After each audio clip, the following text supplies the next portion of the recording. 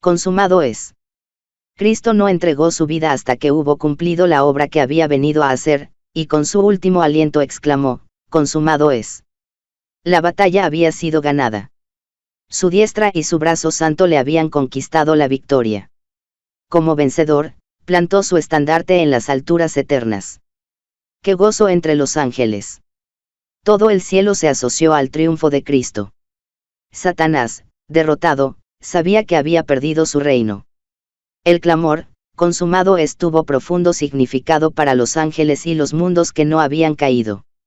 La gran obra de la redención se realizó tanto para ellos como para nosotros. Ellos comparten con nosotros los frutos de la victoria de Cristo. Hasta la muerte de Cristo, el carácter de Satanás no fue revelado claramente a los ángeles ni a los mundos que no habían caído.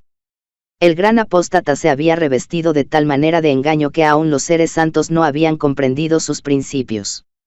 No habían percibido claramente la naturaleza de su rebelión. Era un ser de poder y gloria admirables el que se había levantado contra Dios.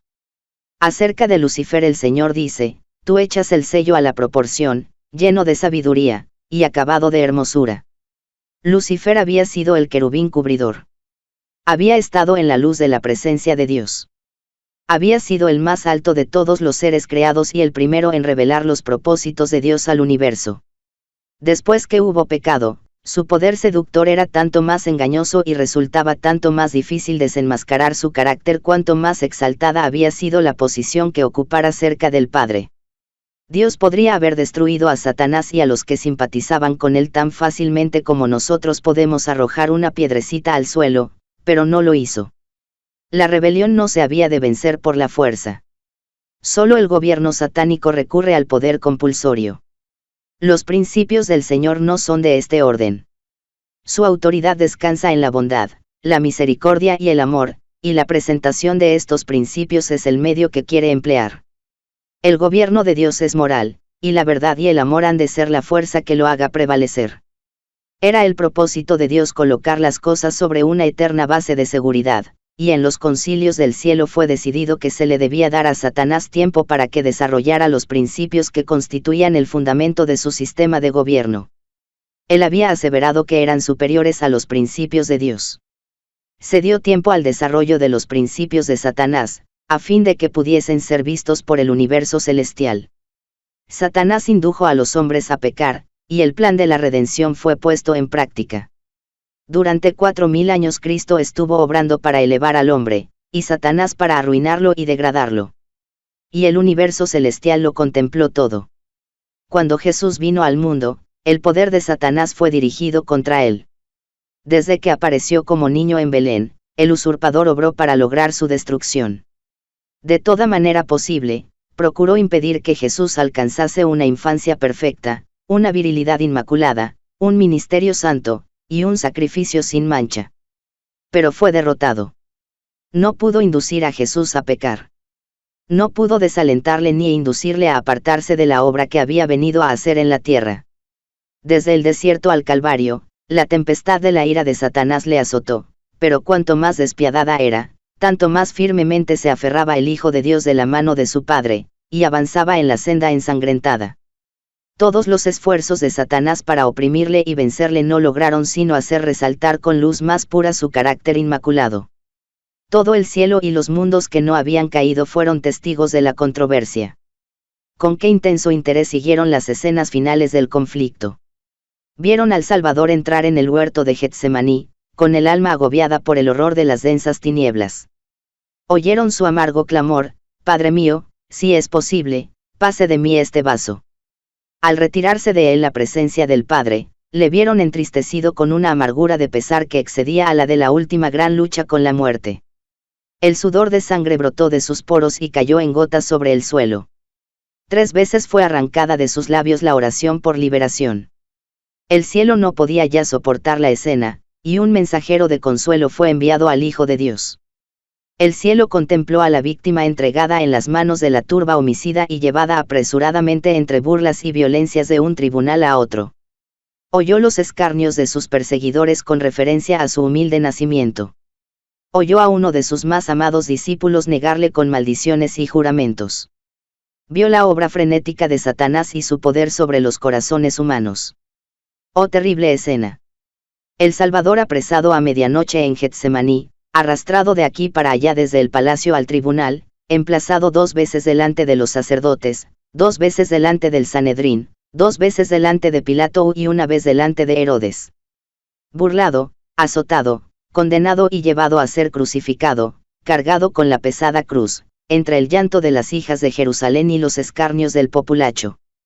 El cielo contempló con pesar y asombro a Cristo colgado de la cruz, mientras la sangre fluía de sus sienes heridas y el sudor teñido de sangre brotaba en su frente. De sus manos y sus pies caía la sangre, gota a gota, sobre la roca horadada para recibir el pie de la cruz. Las heridas hechas por los clavos se desgarraban bajo el peso de su cuerpo. Su jadeante aliento se fue haciendo más rápido y más profundo, mientras su alma agonizaba bajo la carga de los pecados del mundo. Todo el cielo se llenó de asombro cuando Cristo ofreció su oración en medio de sus terribles sufrimientos: Padre, perdónalos, porque no saben lo que hacen. Sin embargo, allí estaban los hombres formados a la imagen de Dios uniéndose para destruir la vida de su Hijo unigénito. ¡Qué espectáculo para el universo celestial! Los principados y las potestades de las tinieblas estaban congregados en derredor de la cruz, arrojando la sombra infernal de la incredulidad en los corazones humanos. Cuando el Señor creó estos seres para que estuviesen delante de su trono eran hermosos y gloriosos.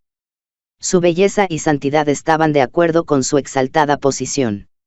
Estaban enriquecidos por la sabiduría de Dios y ceñidos por la panoplia del cielo. Eran ministros de Jehová. Pero, ¿quién podía reconocer en los ángeles caídos a los gloriosos serafines que una vez ministraron en los atrios celestiales?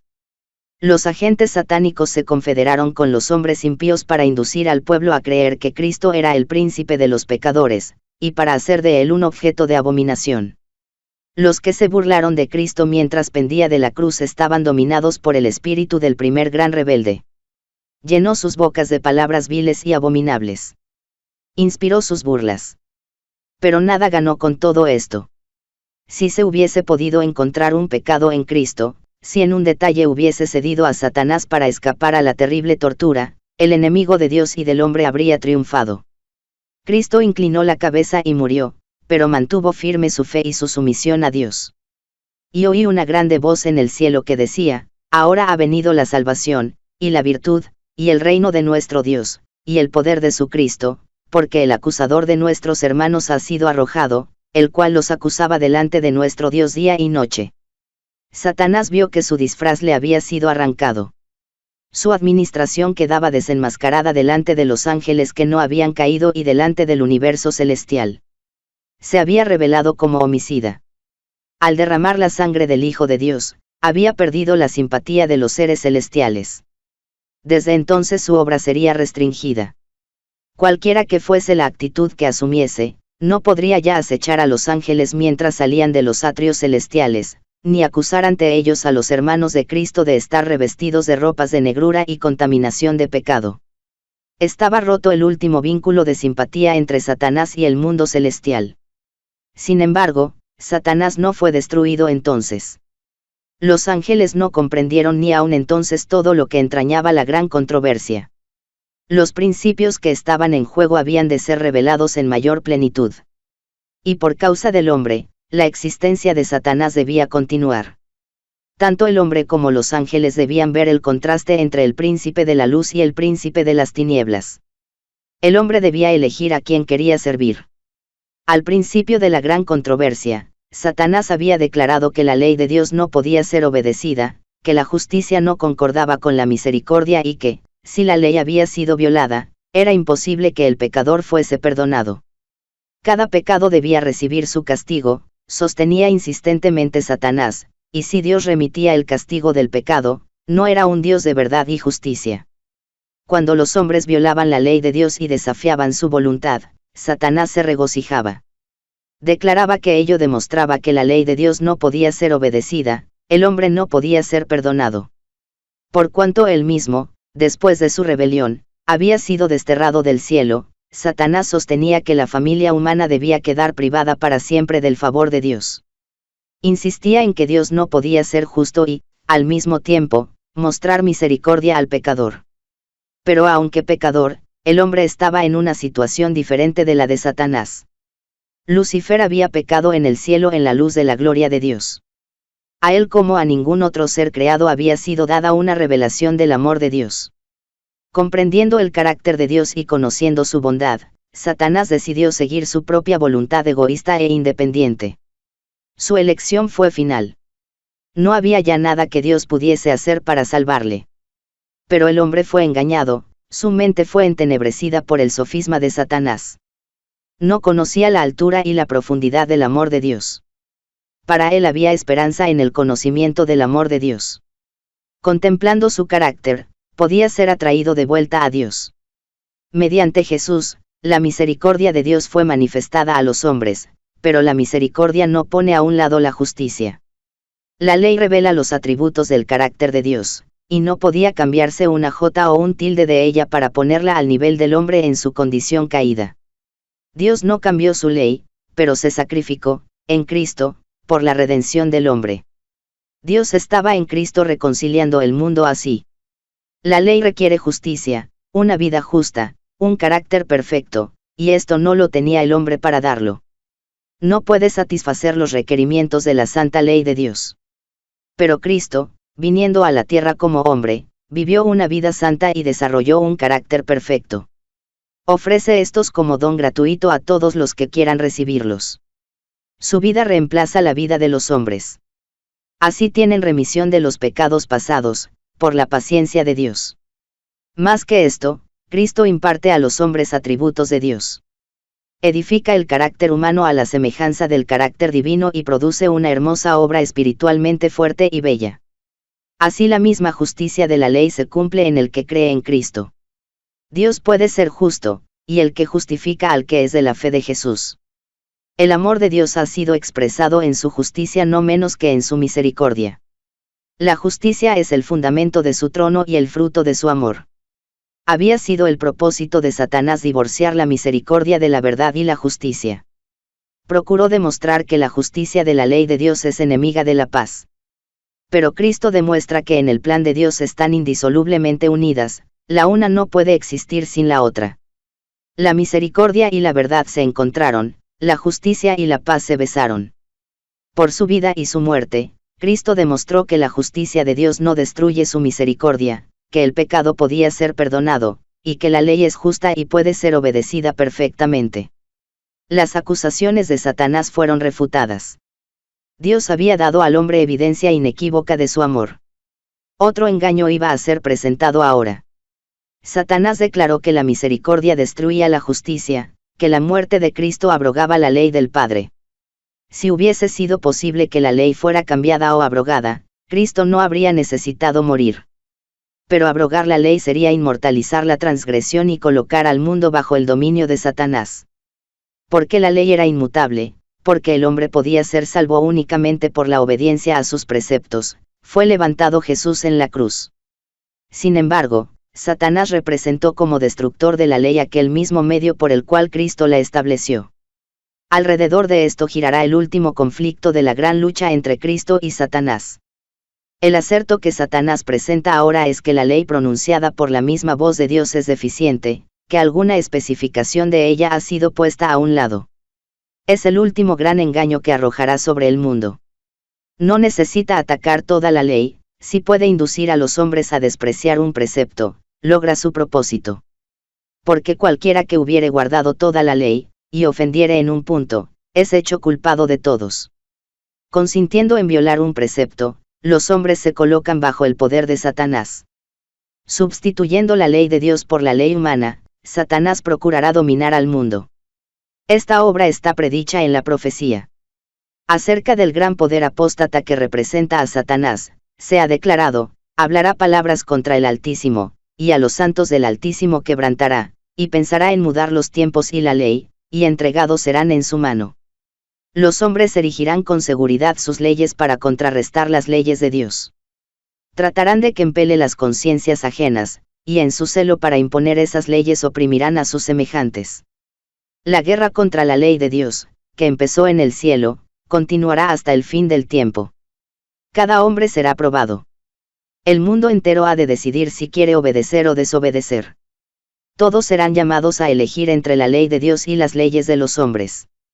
En estos se trazará la línea divisoria. Habrá solamente dos clases. Todo carácter quedará plenamente definido, y todos demostrarán si han elegido el lado de la lealtad o el de la rebelión. Entonces vendrá el fin. Dios vindicará su ley y librará a su pueblo. Satanás y todos los que se han unido con él en la rebelión serán cortados. El pecado y los pecadores perecerán, raíz y rama, Satanás la raíz, y sus seguidores las ramas. Será cumplida la palabra dirigida al príncipe del mal: por cuanto pusiste tu corazón como corazón de Dios, te arrojé de entre las piedras del fuego, oh querubín cubridor. En espanto serás, y para siempre dejarás de ser. Entonces no será el malo, y contemplarás sobre su lugar, y no parecerá, serán como si no hubieran sido. Este no es un acto de fuerza arbitraria de parte de Dios. Los que rechazaron su misericordia ciegan lo que sembraron. Dios es la fuente de la vida, y cuando uno elige el servicio del pecado, se separa de Dios, y se separa así de la vida. Queda privado de la vida de Dios. Cristo dice: todos los que me aborrecen, aman la muerte.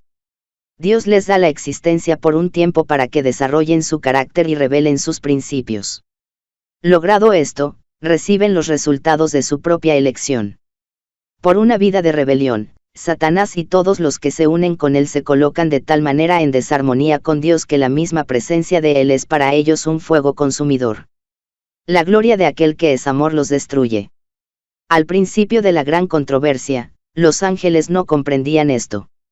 Si se hubiese dejado a Satanás y su hueste cosechar el pleno resultado de su pecado, habrían perecido, pero para los seres celestiales no habría sido evidente que ello era el resultado inevitable del pecado. Habría permanecido en su mente una duda en cuanto a la bondad de Dios, como mala semilla para producir su mortífero fruto de pecado y desgracia. Pero no sucederá así cuando la gran controversia termine. Entonces, habiendo sido completado el plan de la redención, el carácter de Dios quedará revelado a todos los seres creados. Se verá que los preceptos de su ley son perfectos e inmutables. El pecado habrá manifestado entonces su naturaleza, Satanás, su carácter. Entonces el exterminio del pecado vindicará el amor de Dios y rehabilitará su honor delante de un universo compuesto de seres que se deleitarán en hacer su voluntad y en cuyo corazón estará su ley. Bien podían, pues, los ángeles regocijarse al mirar la cruz del Salvador, porque aunque no lo comprendiesen entonces todo, sabían que la destrucción del pecado y de Satanás estaba asegurada para siempre, como también la redención del hombre, y el universo quedaba eternamente seguro. Cristo mismo comprendía plenamente los resultados del sacrificio hecho en el Calvario. Los consideraba todos cuando en la cruz exclamó: consumado es.